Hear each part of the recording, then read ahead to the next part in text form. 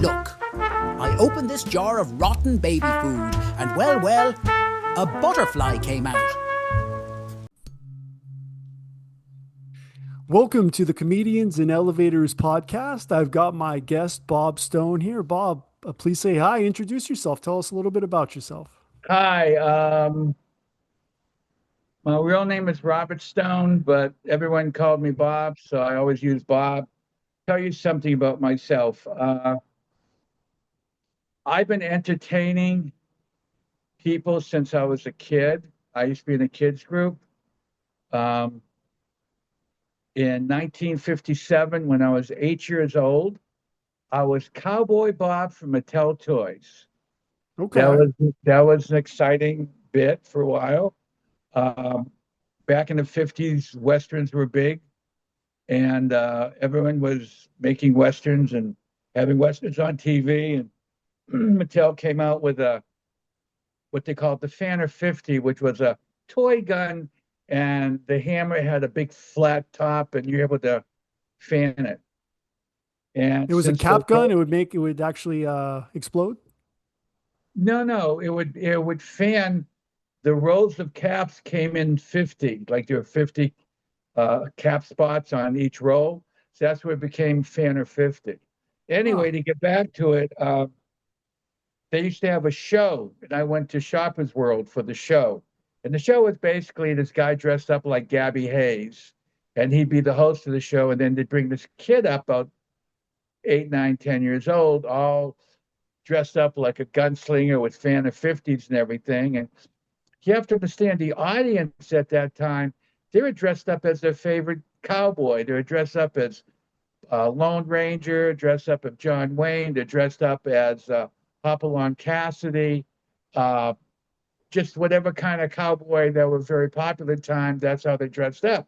So you had all these little boys dressed up with their guns and everything. And the deal was, oh, Gabby Hayes, we bring the people up. Come on now, guys, come on up here. Come on up here, yeah. What's your name, little boy? And he'd get introduce everybody, and then they would do a count, and you try to outdraw the Mattel kid. And if you're able to outdraw him, then you would win your own set of Fan of 50s. Okay, got it? Well, apparently there was a trick to it because every time they're ready to draw, Gabby would go, all right, guys, when I count to three, you're going to draw. You ready? One, two. So the kid knew when three was going to happen, so he always won. Then after they got like 50 kids, through the day, and then he would lose, and he would turn the guns to the winner. That'd be the end of the day. Well, I came up, and like I said, it was Gabby's um, go ahead of counting three, and I kind of cheated. I pulled on two, and I beat the kid, and that was like maybe seven in line. So the show ended quickly. Um, about a couple of weeks later, I come home from school, and sitting at a table with my mom are these two guys from Mattel, and they want to hire me for Christmas to be Cowboy Bob from Mattel Toys because I was quick on the draw. And my parents said, we're going to be in Massachusetts only, da da da. Anyways, long story short, I started doing it. When Gabby said three, I pulled and everything. And then when I was in the dressing room about to go on, and this is the weird part, I happened to turn to Gabby and I said, Gabby, whatever happened to the kid that I beat? And Gabby turned around and goes, well, I'll tell you. Once you beat him, he was no good to the company anymore because you were faster than him. So just like in the Old West, he's no more. Then I thought to myself, my God, that could happen to me. Someone could outdraw me. This is like serious now. I'm an 8-year-old kid gunslinger that I think everyone's up to get me now. And after that, my whole psyche changed doing the shows. But I made it through the year. I made it through the holiday season. But when they asked me to do it for the summertime, I went, no, no, no, because it was that stress again. But that's a true story. So yeah. So when Gabby Well, turned to me and said that, yeah, well, you beat him, he's gone. Same thing will happen to you. So yeah, so that was my first entrance in the show business where it's a dirty world, you know. I mean, that sounds like the most realistic version of show business I can imagine as a child. That's for sure. Oh yeah, when he said, well, if you lose, you're out, just like the other kid. I'm like, really? The one you never saw again. Yeah, kid I never saw again. Anyways, yeah. Anyways, from there I end up getting an agent, believe it or not. When I was 10 years old, I did Annie Get Your Gun with Ginger Rogers. I was the boy on the train, and I had a great line. Tell us again, Annie. That was the line. And then that was it. So I've been in and out of the entertainment since I was a kid. So Well, that's very just it. cool. Well, Yeah. let me know what you think of the whole purpose of this podcast. So, for everyone watching, I'm defining it's the comic versus the comedian. So, I'm Right. defining the comic as any person, actually, sorry, as any person telling funny jokes versus the comedian who's a funny person telling any jokes. Well, when you, So, I know, but your definition's off a little bit. I was thinking about that last time we spoke. uh Uh, Being a comedian, it's like with me growing up, people always thought I was funny. And everyone said, you should be on stage. You're funny as hell. You're a really good comedian. No one ever said I'm a comic. mhm. They always said I'm a comedian. You're a funny kid. You're quick, you know. But no one ever said you're a comic. When I think of a comic, I think of my Las Vegas days when I lived in Las Vegas. Um, I moved to Las Vegas the same day Judy Garland died. So that was June of 1969. So I have that date in my head. It's like Judy Garland died for me to go to Las Vegas. That's just the way I kind of look at it. But I used to go see Shecky Green and Buddy Hackett. Uh, they were they were comics. They got up on stage and they told jokes. They got really close to the audience. Um, Rodney Dangerfield was a comic. Henny Youngman was a comic. The word comedians, I think, came later, like in the same era of David Letterman. And when I first came to Los Angeles in 75, I used to do the Comedy Store back on the West Side. Mhm. And that's when I met uh, David Letterman, Jerry Steinfeld, Robin Williams. Those were all, because I'm 76. These are all the people I was starting up with. And that's when they first started to hear comedians. Now, I don't know if they were making a plural for comic, but when you saw their routine compared to like Buddy Hackett, completely different. So you're using the word comic and comedians. Um, I, I, I, I just don't know if they're one and the same. Are they separate? And I know what you're trying to do. You're trying to say, well, a comedian is someone like, Jerry Steinfeld or whoever's out there today, they're comedians, or are they comics? You know, um, the I think the funniest person uh, that I ever saw on stage, okay, when I was living in Las Vegas in 1970, Cal Neva opened up. That's half California, Nevada. That was Frank Sinatra's resort, and it opened up. And the opening act was Buddy Hackett. Okay, imagine places full, Every celebrity in the world, 1970 is there because of Sinatra's place. Full, I don't know how many piece orchestra is playing. Uh, Drum roll, Frank Sinatra standing on stage, and he goes, and now for the first act, an old friend of mine, Mr. Buddy Hackett. Do you remember Buddy Hackett? Not from memory, no, but Okay, well, research. Buddy was very talented. He was always on the heavy side, and he was dirty. Okay, he was on the Johnny Carson show all the time. They always worried what he was going to say. Well, Buddy walked out naked, except with a black tie. Everyone went right to the ground. It was the funniest thing you ever witnessed. Because he gets there and he goes like this. I don't know what you're laughing at. They said black tie.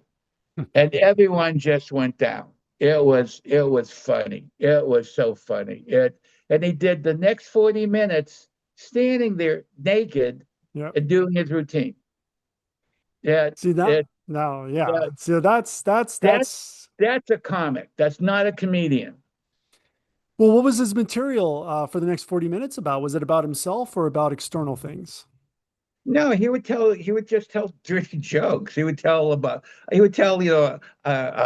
guy's driving kind of like a guy's driving and his car broke down. And the farmer came out, said, I have three daughters, that kind of jokes, and he said, Yeah. but you can spend the night, but you can't touch any of my daughters.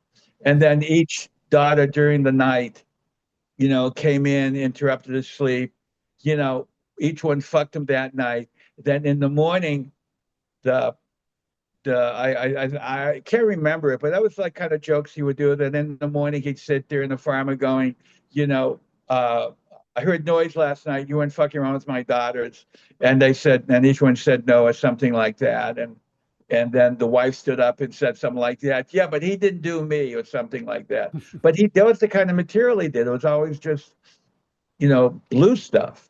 Right. And And also it was jokes that just anyone can funny. do if they Yeah, memorize the it lines. wasn't that kind of relating jokes like Jerry Seinfeld would do. He would tell a joke about what he did today, and then Right. something else happened. No, he didn't. That wasn't Buddy. No, no.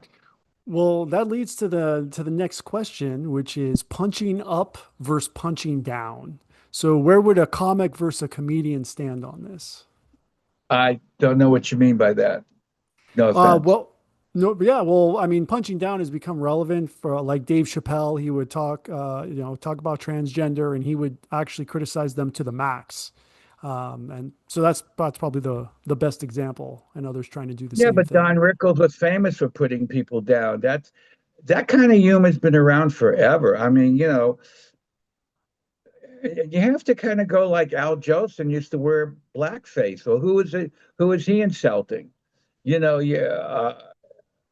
I just think someone doing material on a stage, especially a black man complaining about gay people, if it's funny what he's talking about, then he's funny. Right. You know, I And mean, it's, yeah, I absolutely. I, I don't know. That's his gig. That's just what he does. And if it's slightly insulting, hey, I always said if you can't tell it, if you can't take a joke, fuck it. 100%.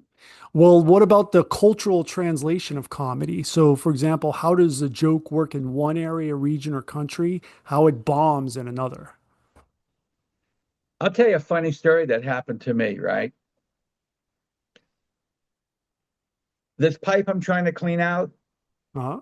it kind of looks like a Sherlock Holmes pipe. Yeah. Okay. My friend Willie Chambers gave me that. Willie Chambers is part of the Chambers brothers, who you probably don't remember. They did Time, which became a big social hit back in the 60s and 70s. It's been in movies, TVs. Anyways, Willie and them, they're black. Okay, they're from Mississippi. Okay. Well, years ago, back in about 77. I was living with this guy, John, who's very Irish. Anyways, John thought he could tell a joke.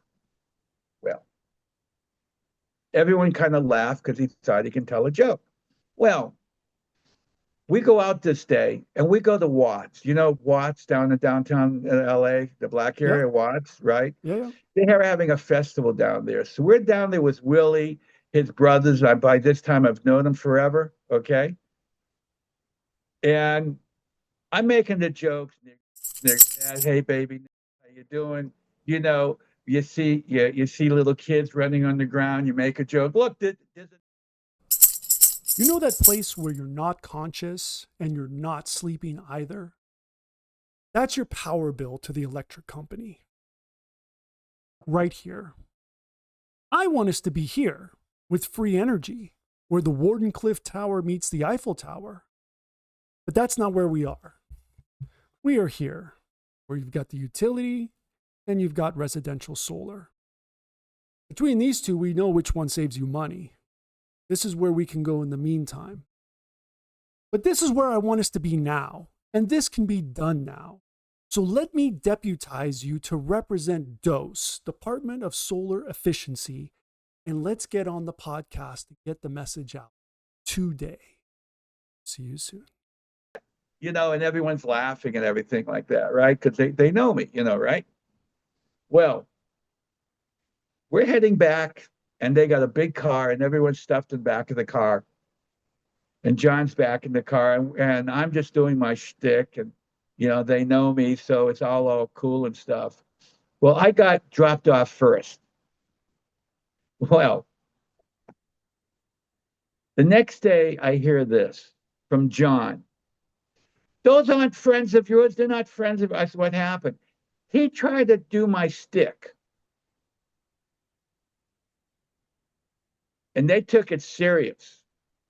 And they kicked him the fuck out of the car. So it depends on how you say it, who you with.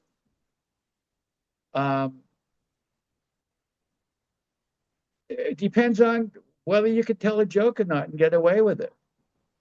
That's oh yeah, that's definitely That's hitting just what it is. So to make a big difference about a certain joke area or whatever, there's an old thing. You got to know your audience. Okay. 100%. 100%. So if you don't know your audience, you're in trouble. And obviously he didn't know his audience. Well, that does bring us to the next one, which would be crowd work versus crafted work. So I would argue that the comic riffs more, does more crowd work, and the comedian performs more crafted work. So the question is where is the sweet spot? Well, what do you mean crowd? I mean, an audience is an audience. I mean, I don't know what you mean by crowd. Well, if they interact more with the crowd than doing memorized material. What do you mean ad lib with the audience? Yeah. Because when you say crowd, I'm thinking like it's a college auditorium. Yeah, like crowd work, like you're on stage and you're just constantly interacting with the crowd, and they're the source of your material, not what you wrote. That's when it's kind of hard because the larger the stadium, the more the stage is at. Where if you're working a little club somewhere where there's 120 people in there, yeah, and you're still there at the stage, and then you can interact. It's pretty hard to interact in a crowd when they're like 50 feet away from you. I mean, you could call them out and say, hey, you third row with the yellow jacket and the bad teeth, I'm over here. You could do something like that, but right. To actually walk over and grab a drink and say, can I have this drink? And they drink a drink. Oh, wow. It's a big difference than what you're talking about, Right. Yeah. So basically you're saying you don't really see that so much. So well, you see that when you see that when people who want to be comedians or comics come up because they're working small venues. Absolutely. Well, most of what you see even on Netflix when they're trying to do their their special, it's still going to have a pretty small, relatively intimate Yeah, venue. but to tell you the truth, what you're trying to do here, you can't bring in the people who have Netflix, HBO specials because they're there already. They have writers, they have producers, they have managers, they have agents. For me, it's the ones that are in the intermediates. They just started maybe a couple of years ago. They're still trying to pay off their last divorce. You know, they got child supports they got to pay, but yet they're in a hotel room that they have to pay just to perform. Right. They're not giving him a per diem. They're giving him $50 to be on stage. You got to be on stage for 40 minutes and you got to do two shows a night for $50. And time you pay for your room, time you pay for your gas. I made a big mistake one time. Mitzi Shore, who owned the Comedy Store, okay? This is like 1976. Uh, she really liked me, okay? But by that time period, I'm doing photography work and I'm making 150 bucks a day in 1975. Anyways, I just got done. She calls me over and she goes, Bob, I have a weekend I have to fill down in Long Beach at a Holiday Inn. It's no per diem, $50 a night, two shows a night. And she says, the best I can do, but it's a good room. Do you want to do it? And I said to myself, well, let's see, I'm doing 350, 400 bucks that weekend, you know, shooting. And I was thinking more of the money than my comic or comedian career. You know what I'm saying? Hmm. I turned her down. I turned her down. She never asked me to do something like that again, even though I was working at the Comedy Store. Well, I mean, that definitely brings us to the next question, which is advertising and self-promotion. So, do you see self-promotion as selling out, or is it necessary for survival? Well, I don't know. Again, that's a very mixed question. You're using the terms selling out. What does that mean? Selling out means that you have a good act, but you're at the wrong audience, so they're going to tell you to change the act, clean it up. You know, that's selling out. Okay. Uh, the other term, you know, mass marketing, where you're marketing yourself. You're not selling out. You're marketing yourself. Uh, you're a product. An actor's a product. A comic or a comedian, whatever, is a product. They're a human product. They're like a slave. Okay. You have to sell yourself.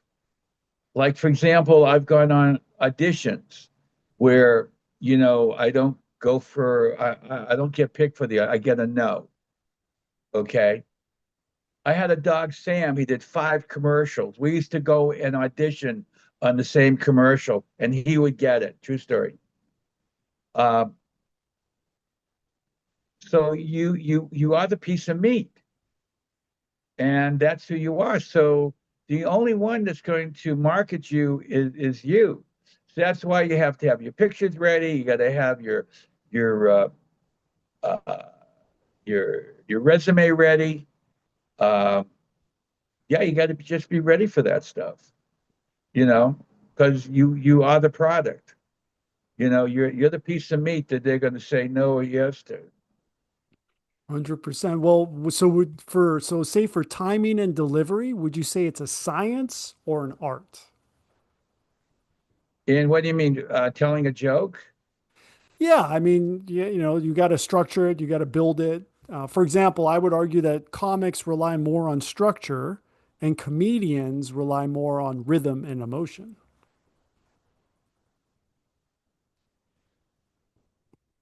Oh, then again, you're splitting hairs because, like, I really don't believe there's a difference between a comic and comedians. I just think it's a new terminology as the years go by. But uh, if you have a talent, whether the talent is painting or telling jokes, or I do a lot of writing. I have books that are published. I have three kids' books that are published. Uh, you look at that like it's a gift. You were born Mhm. with it. But timing and luck is the big thing. If you don't have luck, no matter how much timing you have, no matter how much stuff you have, it's not going to go anywhere. Everything is luck. When you read people who are somewhere in this business, they met somebody, they met somebody, they met somebody, and because they met somebody, you know, that's like that. I've never had that luck. I had a theater. I produced shows. I got other people jobs. I never got one. I used to Well, teach. that I used to that teach. should be the way to actually get your work is by promoting others. You're generating a larger network. Well, that's what I did. I was writing and I was doing stuff. In fact, one of the people that I did a show. I produced a show back in the 1977 at my theater um, called "The Carousel is Crystal," and it's about this girl who did not know what her sex is, was she like boys or girls, and she met an older woman that she ended up having an affair with. And this was 1977. This was at my show. Uh, the woman who was the older woman, her name was Maria Scott. Maria Scott at that time period was living with another actor, Christopher Lloyd, who later became famous for Dr. Brown. Anyways, Chris used to come in and he used to sit and read a book all the time. Never talk, just sit and read a book. By this time, he had already done Cuckoo's Nest. And see, Cuckoo's Nest, Danny DeVito was in Cuckoo's Nest, right? Well, now Taxi comes around. Remember the TV show Taxi by chance? Yep. Okay. Danny DeVito is already a regular cast member in Taxi. Well, Chris ends up getting a chance to go in and audition for Reverend Jim. Well, trust me, if it wasn't for Danny DeVito already being in the show, Chris probably couldn't have got that part. And then from there, he went on to become Dr. Brown and Back to the Future and so on and so forth. So that's the way kind of things work. Snowball effect. Um, so would you say, so if we say laughter versus applause, would you say that maybe the comic is chasing laughs and the comedian is chasing an applause break that's validating the message?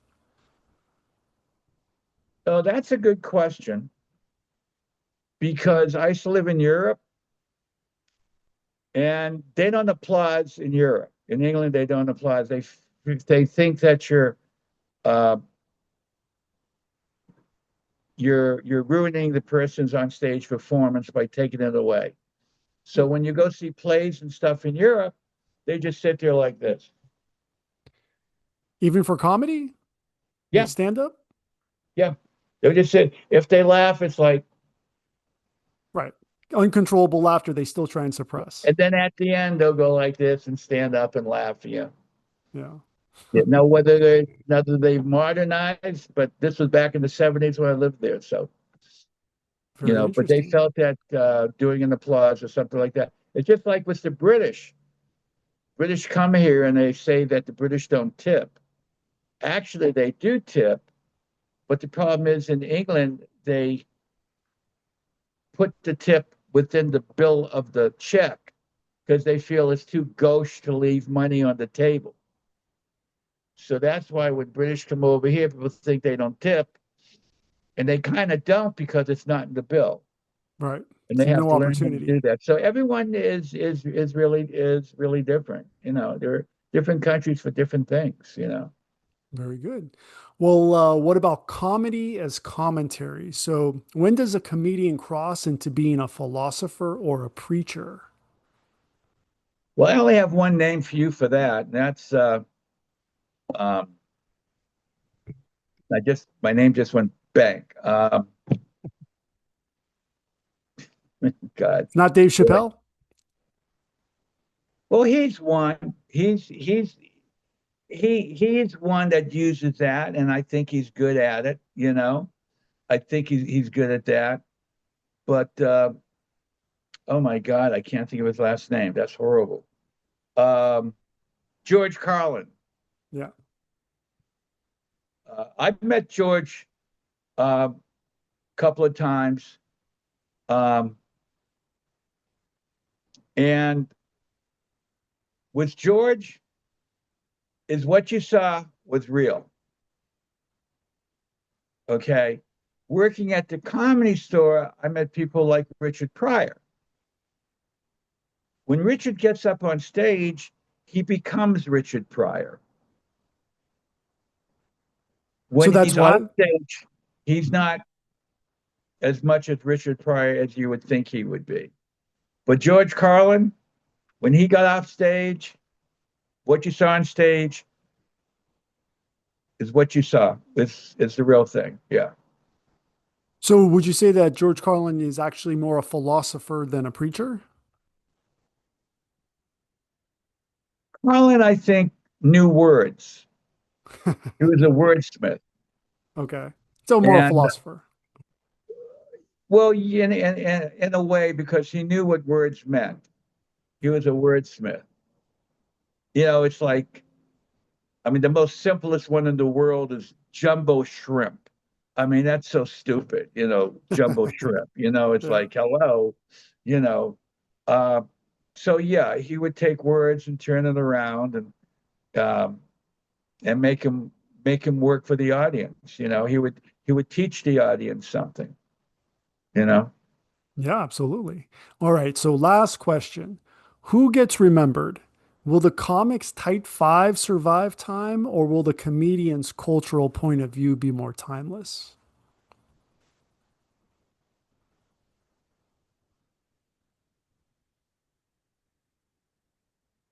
Depends who's more successful. You know, it's like, for example, Jerry Seinfeld had his TV show. I can't remember one joke. Right. Okay. And, you know, but I remember a bunch of bits that Charlie Chaplin did that I think about still funny today, you know? So So it's both. It just depends on exactly who we're speaking about. I think it's someone who gets into people's psyche Right. because let's face it, a lot of people in the South would not like to hear what George would have to say. A lot of people don't want to hear what Chappelle would like to say in the South. You know what I'm saying? Yeah. You have to know your audience. You have to 100%. know your audience. 100%. Well, Bob, thank you for being my guest. Is there anywhere you like everyone to find you online?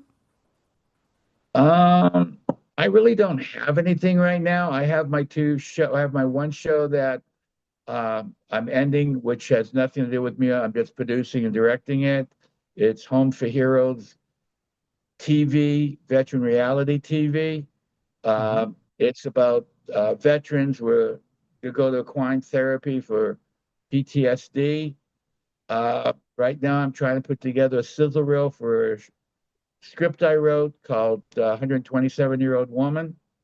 It's a comedy, and I'm trying to put that together right now. Other than that, that's about it. I just Very got cool. back. I just got back to LA 2 years ago from being away for like 30 some odd years. And stupid me, I figured everyone would live forever. And then when I get back, I find out a lot of my friends and mentors, they're dead. Yeah. My agent died. Yeah. You know, Marty Shapiro, he died in 2019. Who the fuck knew? It's like, hey, Marty. Oh my God. Hey, Marty. It's, yeah. So I came back here not realizing that it's like on Sunday, I was telling you that experience I was going to go to and I didn't go in that event. Well, one of the people that I worked with who I really wanted to see was Jerry Mathis, the Beaver, because I Okay. worked I worked on the new Leave It to Beaver show in Orlando, and I was his dresser. So therefore, I had the best comment in the world. I dressed the Beaver, and it was hard to do. Um, I mean, we became friends and stuff, and I wanted to go see him, and I ended up not doing it. And then I was telling a friend of mine on Sunday, gee, I really wanted to see Jerry. I haven't seen him a couple of years since I worked with him and so on and so forth. And my friend goes like this. He goes, well, when was the last time you saw him? I said, when I worked with him. Well, when was that? I said, well, 1988. That was 35 years ago. I'm like, really? I just, I'm just like that. My problem is I still think I'm, 17, 20 or whatever. And, still smoke my weed and I just keep going forth and do my thing and just nothing for some reason nothing changes my outlook. I don't know if that's good or bad, but that's just me. I just keep going. I see my kids getting older. My kids are now 38, 33, and 26, and they're still waiting for me to grow up. No, So that's the way to be. Always be like a child. That's the way to be. that's it. Very cool. Anyways, it was Well, good talking to you. as well, I, Bob, thank you so much for being my I, guest. I would advise you on your visor to get rid of the visor. So that's about There's a it. many things work in progress. It's a long project. Yeah, because it Well, kind of looks like you blew your top off and it's still attached. Anyways, maybe that's the good. whole point. Yeah. Anyways, you take care. I'll catch you later. Awesome. And everyone else, please like and subscribe. Yeah, take care, guys.